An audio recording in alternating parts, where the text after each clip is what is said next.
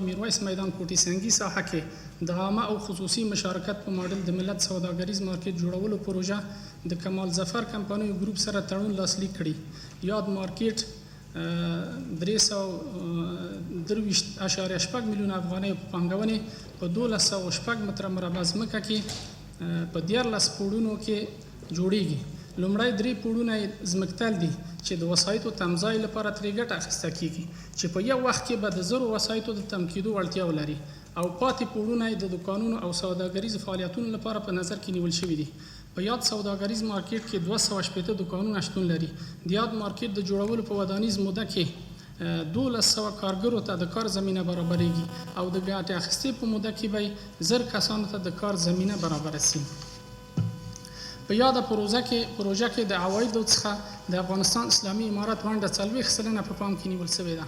په ورته وخت کې د یادې پروژې د تړون موده په ټوله کې 21 کاله په نظر کې نیول شوې ده چې 3 کاله ودانیز او 18 کاله د ګټې اخیستنې موده ده. د یادې پروژې د تړون په موده کې د 40% ونډې پر بنسټ 9.8 میلیون افغانۍ عواید د افغانستان اسلامي امارت ته ورکول کیږي.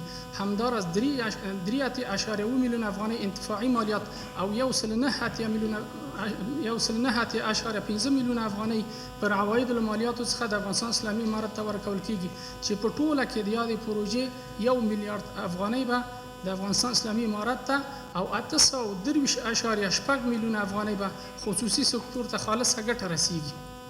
همدارنګه دوامه پروژه د هلمند ولایت لښکرګاه ښار په اوله ناحیه کې د عامه او خصوصي مشارکت په ماډل د نوي عمري شرکت لخوا د لقمان حکیم سوداګریز او هستوګنیز مارکیټ جوړیږي. یاد مارکیټ د 380 میلیون افغانۍ په پانګونې 8600 متره مربع ساحه کې په 15 پوړونو کې ودانیږي چې یو منزل ځمکتل لري. یوه برخه به د وسایطو تمځای لپاره ځانګړې شوې وي. دوه لومړی پوړونه 600 دکانونه لري. دریم او څلورم پوړی جمعاً 55 هستوګنیز اپارتمانونه لري. د یاد مارکیټ په ودانیزه موده کې 1500 کارګرو ته د کار زمینه برابرېږي او د ګټې اخیستې په موده کې به 2000 کسانو ته د کار زمینه برابره شي. په یاده پروژه کې د عوایدو څخه د افغانستان اسلامي امارت ونډه 40% په پام کې نیول شوې ده. په ورته وخت کې د یادې پروژې د تړون موده په ټوله کې 20 کاله په نظر کې نیول شوې ده.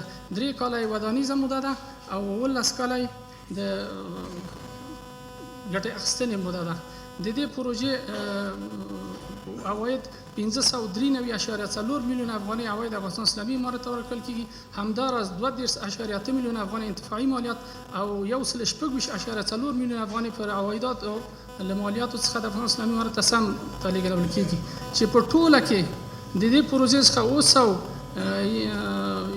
250.1 میلیون افغانۍ د عوایدو څخه د افغانستان اسلامي امارت ته او 515.1 میلیون افغانۍ خصوصي سکتور ته خالصه ګټه رسیږي.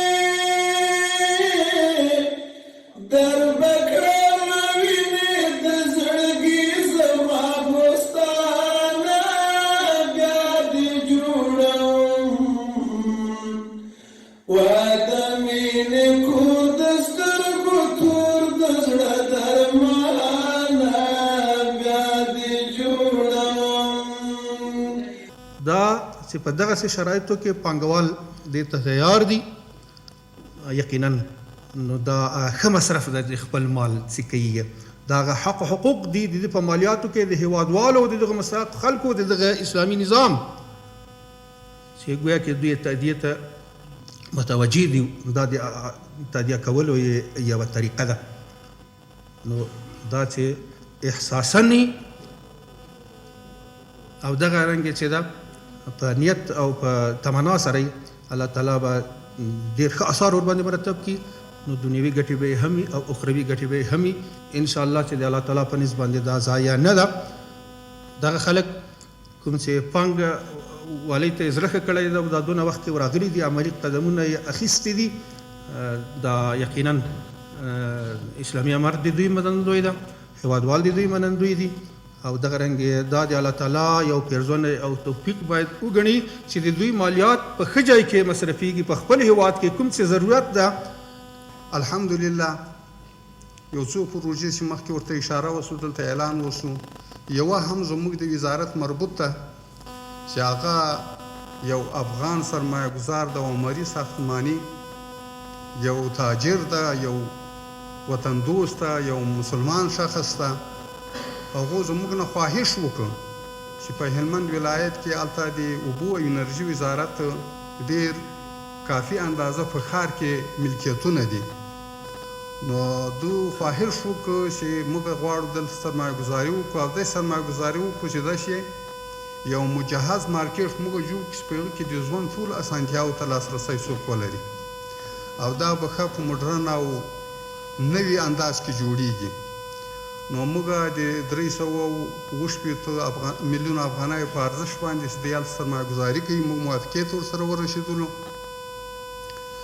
5 پوړیزه ودانۍ به جوړیږي چې په اوله پړۍ کې به ډاکټر صاحبانو، په دومه کې بیا دواخانې و، درېیمه کې به بیا دکانونه یي او بیا مارکیټونه یي، حتی د استوګنې کورونه به هم یي.